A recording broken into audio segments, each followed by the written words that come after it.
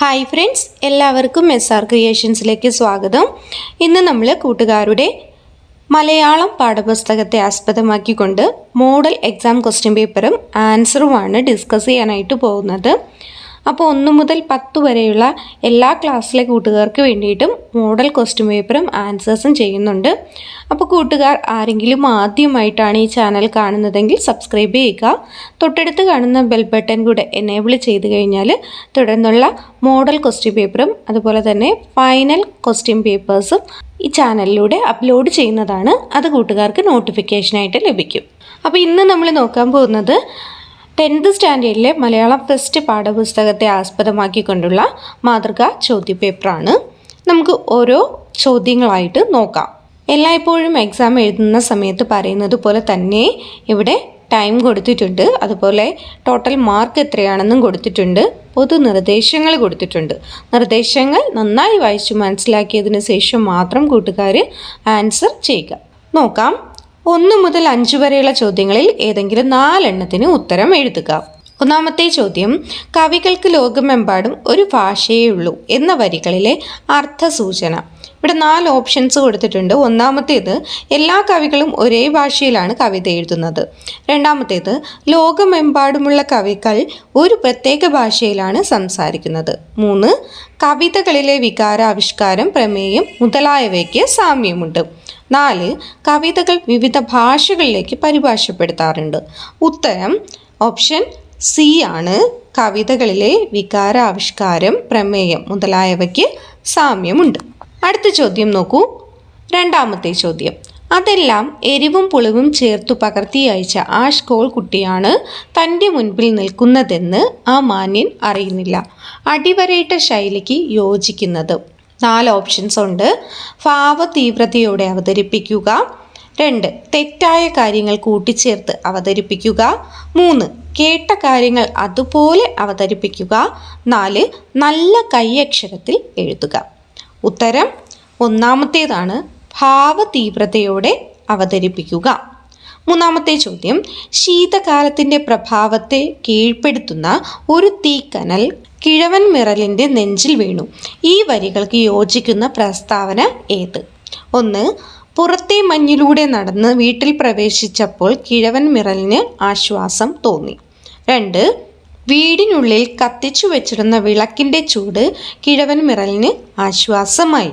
3, മകൻ മരിച്ച വിവരം ആരോടും തുറന്നു പറയാൻ കഴിയാത്തത് മിറലിനെ വേദനിപ്പിച്ചു. 4, തീക്കനലുകൾ വീടിനുള്ളിൽ തണുപ്പകറ്റിയിരുന്നു. ഉത്തരം മൂന്നാമത്തെ ഓപ്ഷനാണ്. മകൻ മരിച്ച വിവരം ആരോടും തുറന്നു പറയാൻ കഴിയാത്തത് മിറലിനെ വളരെയധികം വേദനിപ്പിച്ചു. 4ാമത്തെ ചോദ്യം, ധരണിയിലുള്ള പരീക്ഷകൾ നളനെ ചെന്നു കാണും. ഇവിടെ പുഷ്കരൻ്റെ ഭാവം ഏതാണ്? 1, നിരാശ. 2, സ്നേഹം. 3, നിസ്സഹായത. 4, ഭയം. ഉത്തരം ഓപ്ഷൻ എ ആണ്, നിരാശ. 5ാമത്തെ ചോദ്യം നോക്കി. മാതൃക പോലെ എഴുതുക. ഗുരു സമീപം, ഗുരുവിൻ്റെ സമീപം. പല്ലിൻ മൊട്ടുകൾ. ആൻസർ എഴുതൂ. മാതൃക പോലെ തന്നെ എഴുതുക. പല്ലിൻ മൊട്ടുകൾ, മൊട്ടുപോലുള്ള പല്ലുകൾ. അടുത്ത് 6 മുതൽ 8 വരെയുള്ള ചോദ്യങ്ങളിൽ ഏതെങ്കിലും 2 എണ്ണത്തിന് 2ഓ 3ഓ വാക്യത്തിൽ ഉത്തരം എഴുതുക. ഞാനിവിടെ എല്ലാത്തിൻ്റെ ആൻസർ പറഞ്ഞു പോകുന്നുണ്ട് കേട്ടോ. 6ാമത്തെ ചോദ്യം, എരിയാൻ വിറകിന് കാത്തിടും പൊരിയായുള്ളൊരു ഹവ്യവാഹന് ശരിയായി നിലച്ചിടുന്നു ഞാൻ പെരിയോർക്കുള്ളൊരു വീരബാലനെ. ഈ വരികളുടെ കാവ്യപരമായ സവിശേഷതകൾ എഴുതുക. ഉത്തരം നോക്കൂ. 2ാമത്തെ അക്ഷരം ഇവിടെ ആവർത്തിക്കുന്നുണ്ട്. സർവതമ്യനെ തീപ്പൊരിയോട് ഇവിടെ ഉപമിച്ചിട്ടുണ്ട്. 7ാമത്തെ ചോദ്യം, സുധീർ അനുതാപപൂർവം വൃദ്ധയെപ്പറ്റി ഓർത്തു. പണ്ട് ലണ്ടനിലും ന്യൂയോർക്കിലും വച്ച് കണ്ട മാഡം തലത്തിനെ പറ്റി അയാൾ ഓർത്തുപോയി. അടിവരയിട്ട പദങ്ങളുടെ അർത്ഥവ്യത്യാസം കുറിക്കുക. ഉത്തരം എഴുതൂ. ആദ്യത്തെ വാക്യത്തിലെ പോയി എന്നത് പ്രവൃത്തിയെ സൂചിപ്പിക്കുന്നു. 2ാമത്തെ വാക്യത്തിലെ പോയി എന്ന പദം ഓർത്തു എന്ന ക്രിയ യാദൃച്ഛികമായി സംഭവിച്ചതാണെന്ന് സൂചിപ്പിക്കുന്നു. 8ാമത്തെ ചോദ്യം, പണ്ടു നിന്നെ ഒരിളം കുരുന്നതായി കണ്ടു ഞാൻ സപതി വല്ലിയായി നീ. നളിനിയിലുണ്ടായ മാറ്റത്തെക്കുറിച്ച് എന്തെല്ലാം സൂചനകളാണ് ഈ വരികളിൽ കാണുന്നത്? ഉത്തരം എഴുതിക്കോളൂ. നളിനിയുടെ ശരീരത്തിലുണ്ടായ മാറ്റം, അതുപോലെ ദിവാകരനോടുള്ള ഭാവത്തിൽ വന്ന മാറ്റം, ഇവയാണ് ഈ വരികളിൽ സൂചിപ്പിക്കുന്നത്. അടുത്ത് 9 മുതൽ 14 വരെയുള്ള ചോദ്യങ്ങളിൽ ഏതെങ്കിലും 5 എണ്ണത്തിന് അരപ്പുറത്തിൽ കവിയാതെ ഉത്തരം എഴുതുക. 9ാമത്തെ ചോദ്യം, ചക്ഷുശ്രവണ കളസ്തമാം ദർദൂരം ഭക്ഷണത്തിനപേക്ഷിക്കുന്നതുപോലെ കാലാഹിന പരിഗ്രസ്തമാം ലോകവും മാലോല ചേതസ്സ ഭോഗങ്ങൾ തേടുന്നു. ലക്ഷ്മണ സാന്ത്വനം എന്ന് പറയുന്ന കവിതാ സമാഹാരത്തിലെ 4 വരികളാണ് തന്നിരിക്കുന്നത്. കാവ്യഭാഗത്തെ മറ്റു വരികൾ കൂടി പരിഗണിച്ചുകൊണ്ട് എഴുത്തച്ഛൻ്റെ ഭാഷാ ശൈലിയെക്കുറിച്ച് ഒരു ലഘു കുറിപ്പ് തയ്യാറാക്കാനാണ് പറഞ്ഞിരിക്കുന്നത്. ഉത്തരം നോക്കൂ. എഴുത്തച്ഛൻ്റെ ഭാഷാ ശൈലിയെ ഏറ്റവും കൂടുതലായി പറഞ്ഞിരിക്കുന്ന കവിതാ സമാഹാരമാണ് ലക്ഷ്മണ സാന്ത്വനം. ഈ പദ്യഭാഗത്തിൽ ഗഹനമായ ആശയങ്ങൾ ഉദാഹരണങ്ങളിലൂടെ അദ്ദേഹം ലളിതമായി ചിത്രീകരിക്കുന്നുണ്ട്. ധാരാളം സംസ്കൃത പദങ്ങൾ അദ്ദേഹം ഈ ഒരു കവിതാ സമാഹാരത്തിൽ ഉപയോഗിച്ചിട്ടുണ്ട്. ഒരു ആശയത്തെ തന്നെ ഒന്നിൽ കൂടുതൽ ഉദാഹരണങ്ങളിൽ കൂടി അദ്ദേഹം സമർപ്പിക്കാനായിട്ട് ശ്രമിക്കുന്നുണ്ട്. അതുമാത്രമല്ല, ഗൗരവമുള്ള ആശയങ്ങൾ അവതരിപ്പിക്കാനായി പലതരത്തിലുള്ള ഭംഗിയേറിയ വാക്കുകൾ അദ്ദേഹം കൂട്ടിച്ചേർക്കുകയും ഭാഷയെ ഗൗരവമാക്കുകയും ചെയ്യുന്നു. അടുത്ത 10ാമത്തെ ചോദ്യം, ഇനി ഇങ്ങോട്ട് വരുമ്പോൾ നിങ്ങൾ തോട്ടത്തിലൂടെ കടന്നു പോരണമെന്നില്ല. തെരുവിലേക്കുള്ള വാതിലിലൂടെ തന്നെ എപ്പോഴും വരികയും പോവുകയും ചെയ്യാം. രാത്രിയും പകലും ഒരു നീക്കിയിരിക്കുന്നത് കൂടാതെ അതൊരിക്കലും പൂട്ടിയിടുകയില്ല. പാവങ്ങൾ. മെത്രാന്റെ ഈ നിലപാട് സമൂഹത്തിന് നൽകുന്ന സന്ദേശം എന്താണ്? ഉത്തരം നോക്കൂ. മെത്രാന്റെ ഈ നിലപാട് സമൂഹത്തിന് പലതരത്തിലുള്ള സന്ദേശങ്ങളാണ് നൽകുന്നത്. 1. മനുഷ്യൻ ജീവിതത്തിൽ സത്യസന്ധത പുലർത്തുന്നവരായിരിക്കണം. 2. മനുഷ്യൻ തൻ്റെ സ്വാർത്ഥത ഉപേക്ഷിക്കണം. 3. ശരിയായ വാതിലുകൾ അടയുന്നത് പലരും തെറ്റ് ചെയ്യുന്നതിന് കാരണമായി ഭവിക്കുന്നു. 4. മതിലുകൾ എന്നത് സ്വാർത്ഥതയുടെ അടയാളമാണെന്ന് ഇതിൽ നിന്ന് നമുക്ക് മനസ്സിലാക്കാം. 11ാമത്തെ ചോദ്യം, കൈപ്പടങ്ങളിൽ എന്തോ നനഞ്ഞു കുതിരുന്നു. കോടച്ചി കെട്ടിത്തന്ന പൊതിച്ചോറാണ് കടൽ തീരത്ത്. പൊതിച്ചോറിന് കഥയിലുള്ള സ്ഥാനം വിലയിരുത്തി കുറിപ്പ് തയ്യാറാക്കുക. കടൽ തീരത്ത് എന്ന് പറയുന്ന കഥാസമാഹാരത്തിലെ വരികളാണ് ഇവിടെ തന്നിരിക്കുന്നത്. ആ പൊതിച്ചോറിന് കഥയിലുള്ള സ്ഥാനം എന്താണെന്ന് നോക്കാം. ഉത്തരം എഴുതിക്കോളൂ. കടൽ തീരത്ത് എന്ന കഥയിൽ കോടച്ചി കെട്ടിപ്പൊതിഞ്ഞ് കൊടുത്തയക്കുന്ന പൊതിച്ചോറിന് കഥയിൽ വലിയ പങ്കാണുള്ളത്. പൊതിച്ചോറിൻ്റെ നനവ് വെള്ളായപ്പന് വളരെയധികം ആശ്വാസമാകുന്നുണ്ട്. കോടച്ചി വെള്ളായപ്പൻ്റെ കൂടെ പോകുന്നില്ല. കോടച്ചിയുടെ സാന്നിധ്യത്തിൻ്റെ അടയാളമായിട്ട് പൊതിച്ചോറ് വെള്ളായപ്പന് കൊടുത്തയക്കുന്നു. കഥാഗതിയെ പൊതിച്ചോറ് വളരെയധികം സ്വാധീനിക്കുകയും വായനക്കാരുടെ ഹൃദയത്തിൽ കഥയ്ക്കുള്ള സ്ഥാനം വലുതാക്കി കാണിക്കുകയും ചെയ്യുന്നു. കഥ അവസാനത്തിൽ പൊതിച്ചോറ് ബലിച്ചോറായി മാറുന്നതും വളരെയധികം ശ്രദ്ധേയമാണ്. 12ാമത്തെ ചോദ്യം നോക്കാം. എനിക്ക് കൈമലർത്താൻ നൊക്കുമോ? ആ ചരടുകളെല്ലാം കൂടി കെട്ടിപ്പിണഞ്ഞ് ആ കെട്ടുകളിൽ കുരുങ്ങിക്കിടന്ന് എൻ്റെ ജീവിതം പിടയുന്നു. അത് പറയുമ്പോൾ ദസ്തയേവ്സ്കിയുടെ തൊണ്ട ഇടറി. അന്നെ നോക്കുമ്പോൾ അദ്ദേഹം നിറഞ്ഞൊഴുകുന്ന സ്വന്തം കണ്ണുകൾ തുടയ്ക്കുന്നു. ആത്മാവിൻ്റെ വെളിപ്പാടുകൾ എന്ന് പറയുന്ന പാഠഭാഗത്തിലെ ഏതാനും ചില വരികളാണ്. നോവൽ ഭാഗം വിശകലനം ചെയ്ത് ദസ്തയേവ്സ്കി എന്ന കഥാപാത്രത്തെക്കുറിച്ച് നിരൂപണം തയ്യാറാക്കുക. ഉത്തരം നോക്കാം. കഥയിൽ ദസ്തയേവ്സ്കി ഉത്തരവാദിത്വങ്ങൾ സ്വയം ഏറ്റെടുക്കുന്ന ഒരു വ്യക്തിയായിരുന്നു. കഷ്ടതകൾ കൂടി വരുന്തോറും ജീവിതത്തെ കൂടുതൽ സ്നേഹിക്കുന്ന മനുഷ്യനായിരുന്നു അദ്ദേഹം. ഹൃദയത്തിൽ ദൈവത്തിൻ്റെ കയ്യൊപ്പുള്ള മനുഷ്യനെന്ന് വേണമെങ്കിൽ നമുക്ക് പറയാം. അപസ്മാര രോഗം, ചൂതുകളി ഭ്രമം, ഇതൊക്കെയായിരുന്നു അദ്ദേഹത്തിൻ്റെ വിശേഷണങ്ങളായി എടുത്തു പറയാനുള്ളത്. വളരെ സാഹിത്യ സ്നേഹിയായിരുന്നു ഇദ്ദേഹമെന്ന് നമുക്ക് ഈ ഒരു നോവൽ ഭാഗത്തിൽ നിന്ന് മനസ്സിലാക്കാം. 13ാമത്തെ ചോദ്യം, മുക്കാലും കുരുടിയായിരുന്ന ആ മുത്തിത്തള്ളയുടെ ചെറുകഥാരചനയിൽ എൻ്റെ ആദ്യത്തെ കുരുനാഥ, അവരുടെ മകന് അന്ന് ഞാൻ എഴുതിയ കത്തുകളാണ് എൻ്റെ ആദ്യത്തെ ചെറുകഥകൾ. ഞാൻ കഥാകാരനായ കഥ. ആ കത്തുകളാണ് തൻ്റെ ആദ്യത്തെ ചെറുകഥകൾ എന്ന് പറയാൻ SK പൊറ്റക്കാടിനെ പ്രേരിപ്പിച്ചത് എന്താണ്? ഉത്തരം എഴുതാം. ജീവിതമാണ് സാഹിത്യത്തിൽ ആവിഷ്കരിക്കുന്നത്. തൻ്റെ കത്തുകളാണ് ആദ്യത്തെ തൻ്റെ ചെറുകഥകളെന്ന് SK പൊറ്റക്കാടിനെ പറയാൻ പ്രേരിപ്പിച്ച കാര്യം ഇതാണ്. വായനക്കാരൻ്റെ മനസ്സിൽ ഗുണപരമായ മാറ്റങ്ങൾ ഉണ്ടാക്കാൻ സാഹിത്യത്തിന് മാത്രമേ കഴിയുകയുള്ളൂ.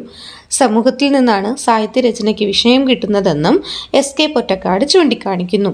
സാഹിത്യഭാഷ വായനക്കാരുടെ മനസ്സിനെ വികാരഭരിതമാക്കാൻ സഹായിക്കുന്നു. അതുകൊണ്ട് തന്നെ തൻ്റെ ആദ്യത്തെ കത്തുകളാണ് ആദ്യത്തെ ചെറുകഥകൾ എന്ന് പറയാൻ എസ്.കെ. പൊറ്റക്കാടിനെ പ്രേരിപ്പിച്ചത്. 14-ാമത്തെ ചോദ്യം. വെട്ടി വെട്ടി പ്രകൃതിയെ മല്ലിട്ടു വെട്ടി നേടിയതാണിൻ സിദ്ധികൾ. രാഷ്ട്ര പ്രതാപങ്ങൾ തൻ കോട്ടകൾ കൊത്തളങ്ങളെ പിന്നിടും യാത്രയിൽ എത്ര കൊറ്റക്കുടകൾ യുഗങ്ങളിൽ കുത്തി നിർത്തിയ മുത്തണി കുന്നുകൾ. സാഹിത്യരചനയെ സംബന്ധിച്ച എന്തെല്ലാം സൂചനകൾ അശ്വമേധം എന്ന കവിതയിലുണ്ടെന്ന് കണ്ടെത്തി എഴുതുക. ഉത്തരം നോക്കൂ. നാടൻ പാട്ടുകളിലൂടെയാണ് സാഹിത്യം വളർന്നു വന്നത്. ശക്തികളെ തകർത്തുകൊണ്ട് ജനാധിപത്യ ഭരണകൂടങ്ങളെ സൃഷ്ടിക്കാൻ ഒരു സാഹിത്യത്തിന് കഴിഞ്ഞിട്ടുണ്ട്. മതം, തത്വചിന്തകൾ, അതുപോലെ തന്നെ രാജാധികാരം ഇവയെല്ലാം സാഹിത്യത്തെ ഒത്തിരി സ്വാധീനിക്കാൻ ശ്രമിച്ചിട്ടുള്ളവയാണ്. മനുഷ്യശക്തിയുടെ മഹത്വം എക്കാലത്തും നമ്മുടെ സാഹിത്യത്തിൽ നിന്ന് നമുക്ക് വായിച്ചെടുക്കാനായിട്ട് 15 മുതൽ 17 വരെയുള്ള ചോദ്യങ്ങളിൽ ഏതെങ്കിലും രണ്ടെണ്ണത്തിന് ഒരു പുറത്തിൽ കവിയാതെ ഉത്തരം എഴുതുക. 15-ാമത്തെ ചോദ്യം. എൻ്റെ സഹോദരി ദുശ്ശള അവളുടെ ഭർത്താവും സഹോദരന്മാരും മരിച്ചത് കേട്ട് കരഞ്ഞു കരഞ്ഞ് എന്താവുമോ ആവോ. ഞാൻ ശിബിരത്തിൽ കടന്നു കാലനെ പോലെ പ്രവർത്തിക്കും. യുദ്ധത്തിൻ്റെ പരിണാമം. പാഠഭാഗത്തെ മറ്റു സന്ദർഭങ്ങൾ കൂടി പരിഗണിച്ച് യുദ്ധം വരുത്തുന്ന വിനകൾ എന്ന വിഷയത്തിൽ ഉപന്യാസം തയ്യാറാക്കുക. ഉത്തരം നോക്കൂ. യുദ്ധം എന്നത് എക്കാലത്തും എല്ലാ മനുഷ്യരുടെ ഇടയിലും ഭീതി പരത്തുന്ന ഒന്ന് തന്നെയാണ്. യുദ്ധം ഒരു പ്രശ്നത്തിനും പരിഹാരമേ അല്ല. മാത്രമല്ല യുദ്ധം പുതിയ പുതിയ പ്രശ്നങ്ങൾ സൃഷ്ടിക്കുകയും ചെയ്യുന്നു. ഇത് മാനവികതയുടെ അനാഥത്വത്തിന് കാരണമാകുന്നു. പ്രത്യേകിച്ച് സ്ത്രീകളുടെയും കുട്ടികളുടെയും. ജയിച്ചവർക്കും തോറ്റവർക്കും ഒരുപോലെ നഷ്ടമുണ്ടാക്കുന്ന ഒന്നാണ് യുദ്ധം എന്ന് പറയുന്നത്. യുദ്ധം ഒരു കാലഘട്ടത്തെ മാത്രമല്ല അനന്ത തലമുറകളെ പോലും ബാധിക്കുന്ന തലത്തിലാണ് പ്രത്യാഘാതങ്ങൾ ഉണ്ടാക്കാറുള്ളത്. യുദ്ധം മൂലമുണ്ടാകുന്ന ഭയം മറ്റെന്തിനേക്കാളും വലുതാണ്. യുദ്ധം കൊണ്ടുള്ള പക ഒരിക്കലും അവസാനിക്കുകയില്ല. ഇതെല്ലാം യുദ്ധം വരുത്തുന്ന വിനകളാണെന്ന് നമുക്ക് മനസ്സിലാക്കാം. 16-ാമത്തെ ചോദ്യം നോക്കൂ. ഇവിടെ കാലാതീതമായ സാഹിത്യം എന്ന് പറയുന്ന വിഷയത്തെക്കുറിച്ച് ഒരു മുഖപ്രസംഗം തയ്യാറാക്കാനാണ് പറഞ്ഞിരിക്കുന്നത്. നോക്കാം. മാന്യസദസ്സിന് വിനീതമായ കൂപ്പുകൈ. ഞാനിവിടെ പറയാൻ പോകുന്ന പ്രസംഗത്തിൻ്റെ പേര് കാലാതീതമായ സാഹിത്യം. ലോകജനതയുടെ അടിസ്ഥാന പ്രശ്നങ്ങൾ എല്ലാ കാലത്തും ഒന്നു തന്നെയാണ്. ഉത്തമ സാഹിത്യ രചനകൾ ലോക നന്മ ലക്ഷ്യമാക്കിയിട്ടുള്ളവയാണെന്ന് നമുക്ക് മനസ്സിലാക്കാം. മനുഷ്യവികാരങ്ങൾ അവതരിപ്പിക്കുന്നത് ഭാഷയ്ക്ക് അതിർവരമ്പുകൾ ഇല്ല എന്ന് തന്നെ നമുക്ക് പറയാം. മനുഷ്യവികാരങ്ങൾ ദേഷ്യത്തിലൂടെയും സ്നേഹത്തിലൂടെയും ദയ, പരോപകാരം തുടങ്ങിയവയിലൂടെയും നമുക്ക് അവതരിപ്പിക്കാം. ഭാഷ അതിനൊരു പ്രശ്നമല്ല.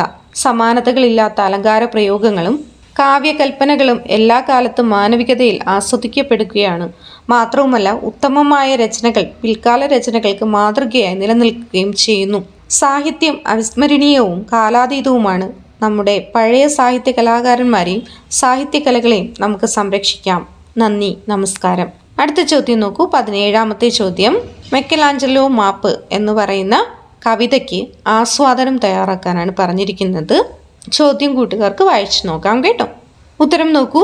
ആസ്വാദനം തയ്യാറാക്കുമ്പോൾ ആദ്യം ആരാണ് കവിത എഴുതിയിരിക്കുന്നത്, കവിതയാണോ അതോ ലേഖനമാണോ, എന്താണെങ്കിലും അത് എഴുതിയിരിക്കുന്നത് ആരാണെന്ന് ആ വ്യക്തിയെപ്പറ്റി അല്ലെങ്കിൽ ആ കവിയെപ്പറ്റി നമ്മൾ ആദ്യത്തെ പാരഗ്രാഫിൽ ഒന്ന് വിവരിക്കുക. രണ്ടാമത്തെ പാരഗ്രാഫ് മുതൽ കവിതയുടെ വിശേഷണങ്ങളും ഓരോ കാര്യങ്ങളും പ്രതിപാദിക്കുക. ഇവിടെ ദുഃഖത്തിൽ അതുപോലെ തന്നെ പ്രയോഗങ്ങളുടെ അർത്ഥതലങ്ങൾ നമുക്ക് വിശദീകരിക്കാം. അതുപോലെ ചിത്രങ്ങൾ അതേപറ്റി തന്നെ ഒരു പാരഗ്രാഫിൽ നമുക്ക് വിശദീകരിക്കും. വിവിധ കാലഘട്ടത്തിലൂടെയുള്ള കവി മനസ്സിൻ്റെ സഞ്ചാരം ഏത് ദിശയിലായിരുന്നു എന്നുള്ളത് നമുക്ക് ഇതിലൂടെ വിവരിക്കാം. അതുപോലെ തന്നെ സമകാലിക പ്രസക്തി അവസാന പാരഗ്രാഫിൽ നമ്മൾ വിവരിക്കുക.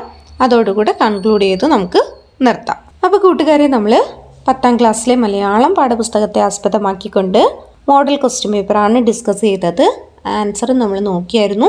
അപ്പോൾ കൂട്ടുകാർ ഇതിൽ കണ്ടതുപോലെ തന്നെ ഓരോ ക്വസ്റ്റ്യൻസും, അതായത് പ്രസംഗം എഴുതാനായിട്ട്, ആസ്വാദനം എഴുതാൻ, കഥാപാത്ര നിരൂപണം, ലഘു കുറിപ്പുകൾ എഴുതാനായിട്ട്, മാതൃക പോലെ നോക്കി എഴുതാൻ, പിന്നെ ഓപ്ഷൻസ് തന്നിരുന്നാൽ അതിൽ നിന്ന് ചൂസ് ചെയ്ത് എഴുതാൻ, ഇതൊക്കെ കൂട്ടുകാർ നന്നായിട്ട് വർക്കൗട്ട് ചെയ്ത് പോവുക. അതുപോലെ തന്നെ ടെക്സ്റ്റ് ബുക്ക് ഒരു 4-5 തവണ നന്നായിട്ട് വായിച്ച് മനസ്സിലാക്കി പോകുന്ന കൂട്ടുകാർക്ക് നന്നായിട്ട് എക്സാം അറ്റൻഡ് ചെയ്യാനായിട്ട് കഴിയും. അപ്പോൾ എല്ലാ കൂട്ടുകാർക്കും ഓൾ ദി ബെസ്റ്റ്. അടുത്ത എക്സാം സ്പെഷ്യലുമായിട്ട് നമുക്ക് ഒരുമിച്ച് കാണാം. താങ്ക്